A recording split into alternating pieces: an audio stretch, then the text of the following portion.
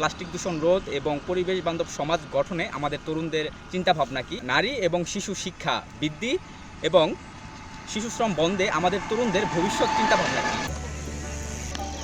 একটি বাইসাইকেলে 2 চাকার উপর ভর করে ছুটে চলেছেন মাইলের পর মাইল পথ। প্রখর রোদে ঘামে ভিজে একাকার শরীর, কখনো ঝড় বৃষ্টি, কখনো দীর্ঘ নির্জন পথ। ক্লান্তি আছে, তবু থেমে যাওয়ার নাম নেই।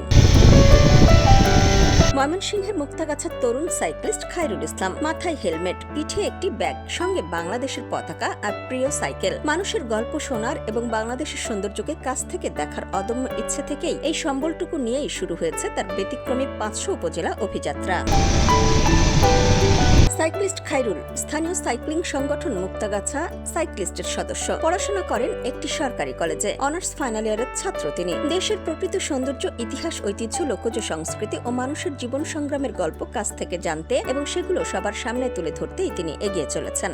আমি হলো যে বাংলাদেশের 500 যে উপজেলা আছে এই উপজেলাগুলো এক্সপ্লোর করার জন্য বের হয়েছি। সেটা হলো আমি শুরু করছি হলো আমাদের ময়মনসিংহ থেকে, শেরপুর থেকে শুরু করে জামালপুর হয়ে রৌমারী হয়ে এখন দিনাজপুর হয়ে অবস্থান করতেছি হলো হিলি শহরে। এখন হিলি থেকে পীরগঞ্জ হয়ে যাব হলো রংপুরে ঢুকবো। এরপর রংপুর থেকে শুরু করে পুরো বাংলাদেশের যে 500 উপজেলা আছে এই উপজেলাগুলো এক্সপ্লোর করব। গ্রামের মানুষের সাথে নিজেকে এক্সপ্লোর করার যে একটা অভিজ্ঞতা। খায়রুলের এই যাত্রা শুধু ভ্রমণের জন্য নয়, তার লক্ষ্য প্লাস্টিক দূষণ রোধ, গাছ লাগানোর গুরুত্ব এবং পরিবেশ বান্ধব জীবনধারা সম্পর্কে মানুষকে সচেতন করা। দুইটা মেসেজ নিয়ে আমি হলো এই বাংলাদেশের 500 উপজেলা করতেছি।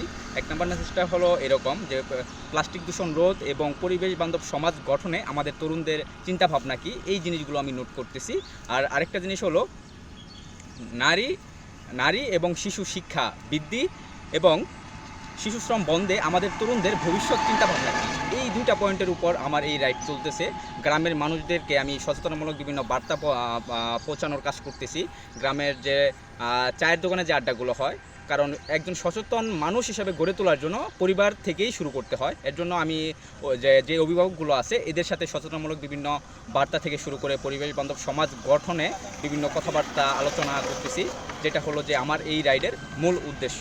2018 সাল থেকে সাইক্লিং করলেও 2022 সালে দেশের 64টি জেলা ভ্রমণের পর 2023 সালে টানা 24 ঘন্টায় প্রায় 300 কিলোমিটার সাইকেল চালিয়ে অনন্য নজির গড়েন তিনি। 2024 সালে দেশের সর্বোত্তরের তেতুলিয়া থেকে সর্বদক্ষিণের টেকনাফ পর্যন্ত দীর্ঘ সাইকেল রাইড সম্পন্ন করেন খায়রুল। আমি 2018 সাল থেকে সাইক্লিং করি। এরপর হলো যে এরকম ট্রাভেল করি সাইকেল হলো 2022 সাল থেকে। 2022 সালে আমি বাংলাদেশের 64 জেলা সাইকেলে ঘুরছি। এরপর বাংলাদেশের ন্যাশনাল রোড যেটা টেকনাফ টু তেতুলিয়া এটা সাইকেলে শেষ করছি। Haluaghat to Kuakata cross country এটা শেষ করছি। এরকম আরও ডিভিশন অনুযায়ী অনেক সাইক্লিং করেছি আমি। সাইকেলকে বেছে নেওয়ার কারণ হিসেবে খায়রুল জানান, পরিবেশ বান্ধব সমাজ গঠনে যদি আমাদের মতো তরুণরা যদি পরিশ্রম না করে, তাহলে ভবিষ্যৎ বাংলাদেশ বা ভবিষ্যৎ পৃথিবী হলো যে হুমকির সম্মুখীন হবে, যেটা হলো আমাদের জন্য অনেক খারাপই হবে।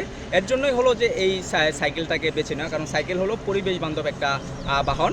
আর বহির্বিশ্বের কথা যদি চিন্তা করি, আমরা বাইরের দেশে বিভিন্ন দেশে দেখি যে সাইকেলটাকে প্রাধান্য দেওয়া হয়, সেটা সরকারিভাবেই দেখা যায় বেশিরভাগভাবে প্রাধান্য দেওয়া হয়। যেমন সরকারিভাবে এরকমভাবে বলা থাকে যে আপনারা সাইকেল দিয়ে যাওয়া আসা করবেন, এরকমভাবে অনেক দেশ আছে বাইরের। তো এর জন্য আর কি সাইকেলকে বেছে নেওয়া আমার। দেশের তরুণ সমাজ যদি খায়রুলের মতো ইতিবাচক চিন্তা ও উদ্যোগ গ্রহণ করে, তাহলে সমাজ ও দেশের অনেক উপকার হবে বলে জানান এখানকার স্থানীয়রা। যে আমাদের মাঝে অনেক কৌতূহলী মানুষ থাকে যাদের সম্ভাবনাগুলোকে কাজে লাগাতে চায় এবং বাংলাদেশের বিভিন্ন সম্ভাবনাগুলোকে তারা তুলে ধরতে চায়।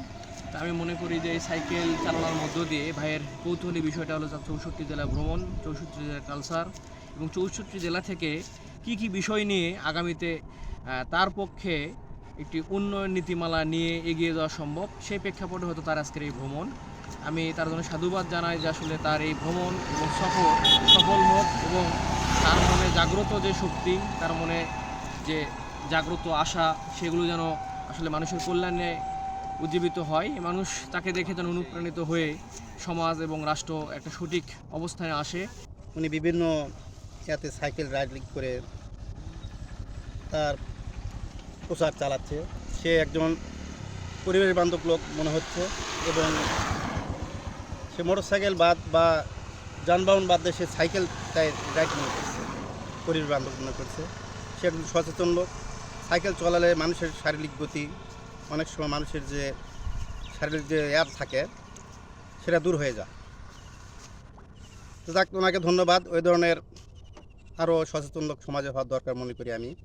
তার সাইকেল চলার এই গতিটা আরও বেশি বেশি প্রসার পাক এবং সামাজিক যে উন্নয়নমূলক কাজের সঙ্গে জড়িত, এটার সঙ্গে আমি সাধুবাদ জানাচ্ছি। সীমিত সামর্থ্য কিন্তু স্বপ্ন সীমাহীন। একটি সাইকেলের প্যাডেলে ভর করেই বাংলাদেশের পথে পথে এগিয়ে চলেছেন খায়রুল ইসলাম। তার এই ব্যতিক্রমী উদ্যোগ সফল করে তিনি যেন নিরাপদে তার গন্তব্যে পৌঁছাতে পারেন, এমনটাই প্রত্যাশা সকলের।